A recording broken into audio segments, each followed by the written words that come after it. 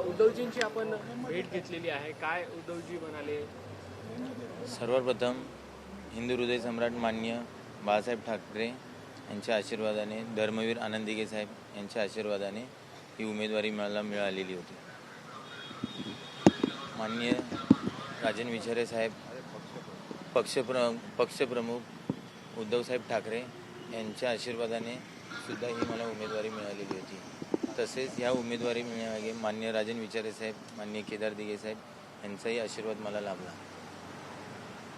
ही उमेदवारी मिळाल्यानंतर प्रभाग क्रमांक 13 जो ठाण्यातील प्रभाग क्रमांक 13 आहे त्यामधील सर्व शिवसैनिक आणि सर्व पदाधिकारी ह्या लोकांनी जे प्रचंड काम केले आणि मागील 5 ते 6 वर्षापासून जे आम्ही तळागाळात जाऊन प्रत्येक घटकातली प्रत्येक लोकांशी, सर्व लोकांशी जो संपर्क साधला, अवेळी लोकांच्या अडीअडचणीला जे धावून गेलो, त्याच्या परिणामाची ही फळ आहे की प्रचंड ताकदीने लोकांनी आम्हाला निवडून दिलं. माझा तर विजय झाला आहे, पण आमचे 1-2 उमेदवार हे खूप थोड्या फरकाने पडलेले आहेत, 250-300 अशा मतांनी पडलेले आहेत. नक्कीच आम्ही पुन्हा प्रचंड ताकदीने मदत करू आणि पुढच्या वेळेस आम्ही पूर्णच्या पूर्ण सर्व उमेदवार निवडून येऊ.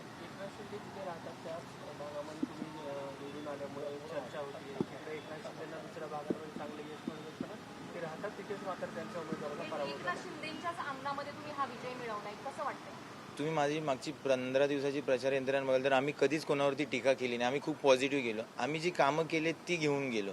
कोणी काय केलं नाही, कोणी चुका केल्या आम्ही त्या काढत बसलो नाही दुसऱ्यांसारखे. आम्ही आमच्या कामाच्या जोरावरती केलेली विकास कामं आणि निवडून आल्यानंतर आम्ही काय कामं करू ती घेऊन लोकांसमोर प्रभागात गेलो आणि त्याला लोकांनी कौल दिला आणि आम्ही चांगल्या मताने विजय झालो.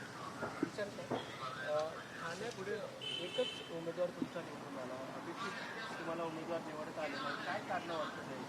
मला वाटतं तुम्ही जर बघितलं असेल गेल्या विधानसभेमध्ये जी 6 महिन्यापूर्वी निवडणूक झाली त्या निवडणुकीत मिळालेली मतं आणि आता महानगरपालिकेच्या निवडणुकीत मिळालेली मतं हे जर बघितलं तर त्या मतांमध्ये भरपूर मोठ्या प्रमाणामध्ये वाढ झालेली आहे. आणि तुम्ही बघितलं असेल या ठिकाणी सत्तेचा गैरवापर, त्याचबरोबर संपूर्ण यंत्रणा त्या ठिकाणी हातामध्ये घेतली होती. कित्येक ठिकाणी बिनविरोध निवडून आणले होते. आणि असं असताना तुम्ही जर बघितलं धनशक्तीच्या विरोधामध्ये आणि या संबंध या ज्या काही शासकीय यंत्रणा वापरल्या होत्या त्या यंत्रणाच्या विरोधामध्ये आमच्या सर्व शिवसैनिकांनी, मनसैनिकांनी, त्याचबरोबर सर्व इतर पक्षातल्या लोकांनी एकजुटीने ह्या ठिकाणी काम केलं. परंतु आज तुम्ही बघितले असेल की कशा पद्धतीने संपूर्ण महाराष्ट्रामध्ये सत्तेचा गैरवापर करण्यात आला होता. आणि मी तर खास करून माझ्या सर्व शिवसैनिकांचं, मनसैनिकांचं आणि सर्वांचा आभार मानतो यासाठी की त्यांनी चांगल्या पद्धतीने त्या ठिकाणी लढत दिली आणि भले आमच्या काही सीट थोडक्या मतासाठी त्या ठिकाणी गेले होते. आता आमचे ह्याच पॅनलमध्ये संजय दळवी मला वाटतं 246 मतांनी त्या ठिकाणी पडले.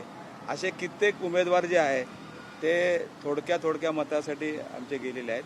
आणि नक्कीच हा जो काही पराभव झालेला आहे तो आम्ही मान्य केलेला आहे आणि आमच्या ज्या काही चुका आहेत त्या दुरुस्त करून आम्ही परत एकदा भरारी घेऊन नक्कीच त्या ठिकाणी ही संघटना बांधण्यास हे करू. कारण मी मगाशी सांगितल्याप्रमाणे की विधानसभेला मिळालेली मतं आणि आता महानगरपालिका निवडणुकीमध्ये ही जवळजवळ 1.5-2 लाखाच्या आसपास आहेत आणि ही वाढ झालेली आहे.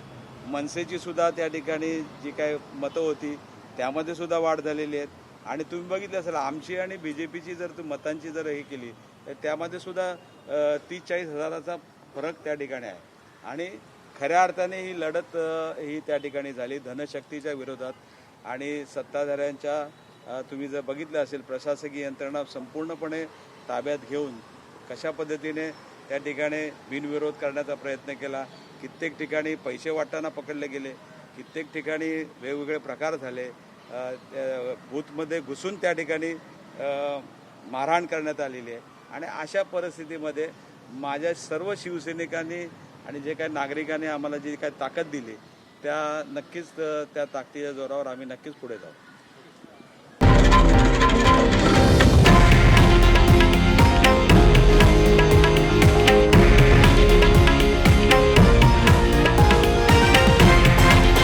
हे आहे देशातील नंबर 1 न्यूज नेटवर्क आणि आपण पाहत आहात TV9 मराठी, एकमेव